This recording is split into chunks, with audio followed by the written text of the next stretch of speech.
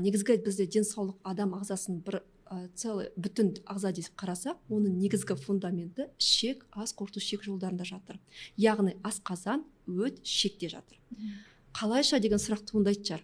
Негізгі адамның примерно көздеріңізді жұмып елестетіңіздер, 100% иммунитет бар десек, оның 80% ішекте жатыр. Ол қалайша? Яғни біздің ішекте пайдалы бактериялар өмір сүреді. И плюс зиянды бактериялар өмір сүреді. Бізде пайдалы бактерия көп болса, зиянды бактерия аз болса, бізде ауру пайда болмайды. Ішек аурулары, яғни ішекте зиянды бактериялардың көбею синдромы, ішекте грибок кандиданың көбею синдромы болмайды.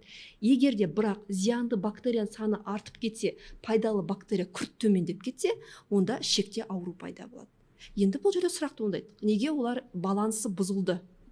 Бұл яғни бізде дұрыс тамақтанбау салдарынан, антибиотик гормон препараттар, химикаттар ішкеннен, дұрыс салауатты өмір салтын ұстамағаннан, и плюс ішектегі пайдалы бактерияларымызды қоректенбегеннен бізде осы пайдалы бактерия мен зиянды бактериялардың дисбалансы болады. Осыдан дисбиоз кишечника, яғни ішекте дисбиоз ауру пайда болады.